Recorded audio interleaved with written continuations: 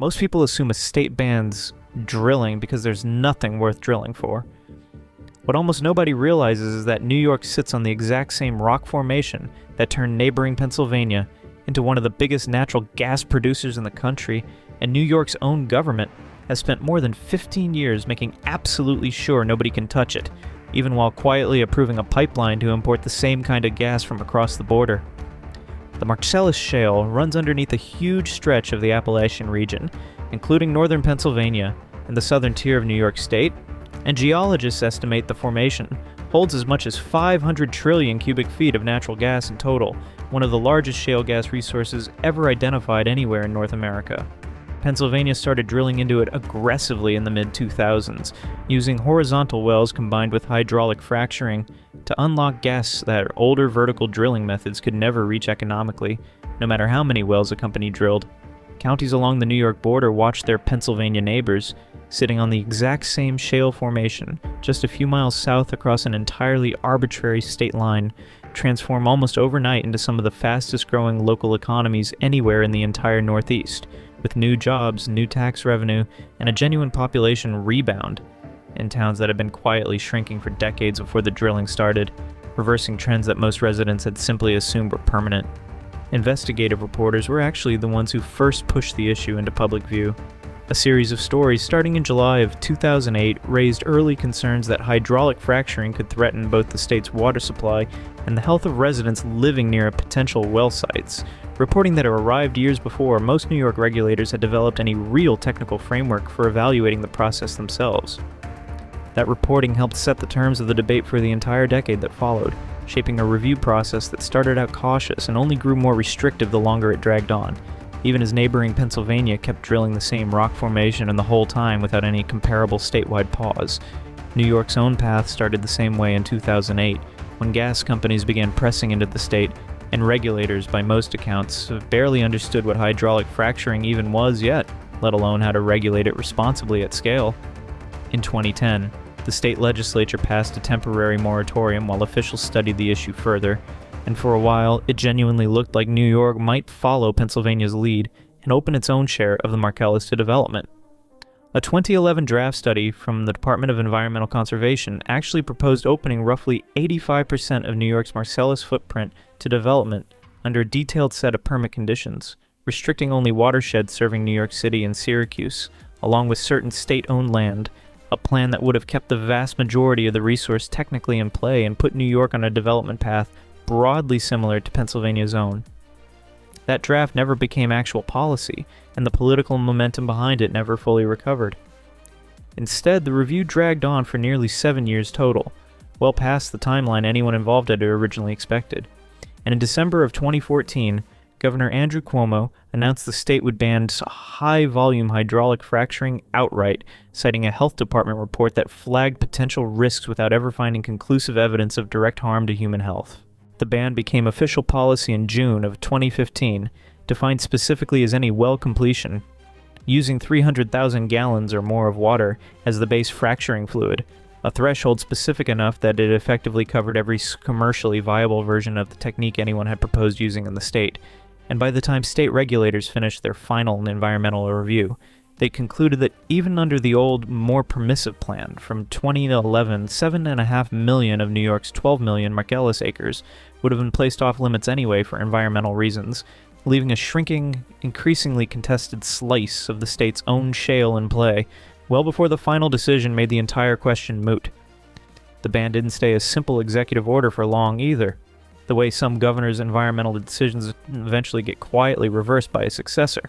In 2021, New York lawmakers wrote the prohibition permanently into state law as part of that year's budget process, roughly 13 years after the state first began effectively blocking meaningful gas development within its own borders back in 2008. Since then, the state has closed off nearly every other conceivable route around the original ban too, treating a newer proposal from a Texas-based company called Southern Tier Solutions to use carbon dioxide instead of water for fracturing, with essentially the same swift rejection it gave standard hydraulic fracturing years earlier, and leaving a separate legally required review of propane gel fracturing sitting completely dormant more than a decade after it was first promised, with no statutory deadline anywhere on the books, requiring that review to ever even begin, let alone conclude, effectively freezing the technology's status in permanent legal limbo without formally banning it outright. Property owners across New York's southern tier have pushed back against that arrangement directly for years, arguing in public comments, opinion pieces, and formal court filings that mineral rights are a form of property with essentially no economically viable use other than extraction, and that banning every practical method of accessing gas trapped in the Marcellus and the deeper Utica shale beneath it amounts to the state quietly taking value away from private landowners without ever formally condemning the land or paying anyone a dime of compensation for the loss. Legal advocates have specifically framed the combination of a hydraulic fracturing ban, a rejected carbon dioxide alternative, and an indefinitely stalled propane gel review as effectively eliminating every realistic path a mineral owner has to ever profit from what sits underneath their own property, regardless of how carefully the state chooses to characterize the policy on paper as protective rather than confiscatory. None of that caution has been free for the New Yorkers actually living directly above the resource in question, whatever the intentions behind it were.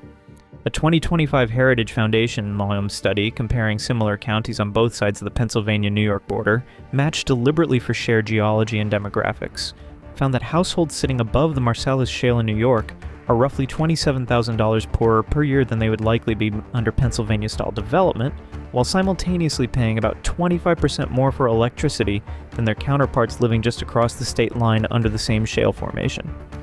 The same geology, the same underlying gas, split down the middle by a border that decided which side of it got the jobs, the tax revenue and the population growth, and which side got the higher monthly bills instead, with nothing to show for it. The irony sharpened considerably in 2025 and 2026, in a way almost nobody outside the industry seemed to notice at the time it happened.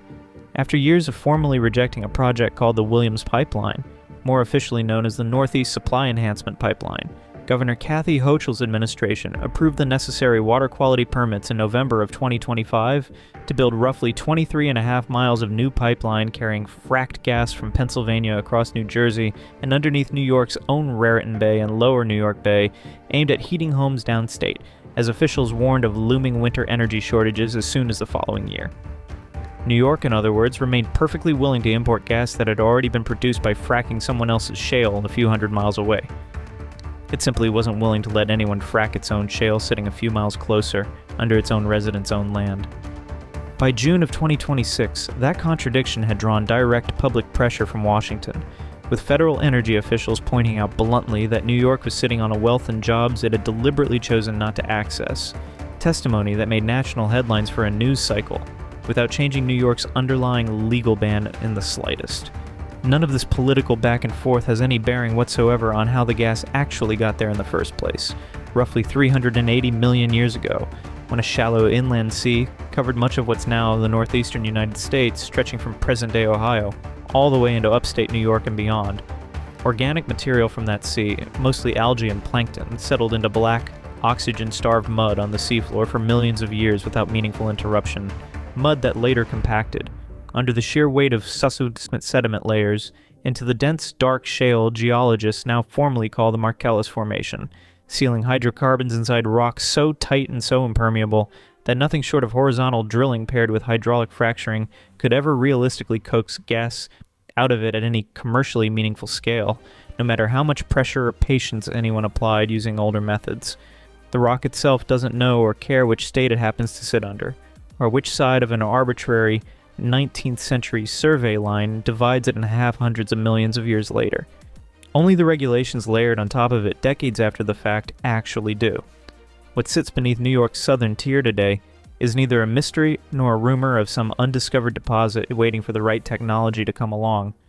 It's a fully mapped, professionally studied, extensively drilled adjacent resource that the state's own regulators have quantified down to the individual acre over nearly 2 decades of review, hearings, and draft studies, and then legally sealed off anyway through a stack of executive orders, agency rules, and permanent statutes, choosing instead to bring in the finished product from across a state line that means absolutely nothing at all to the rock sitting 4,000 feet underground, waiting exactly where it's been waiting for 380 million years, regardless of who's currently allowed to touch it or how loudly Washington complains about it. Subscribe for more stories like this one.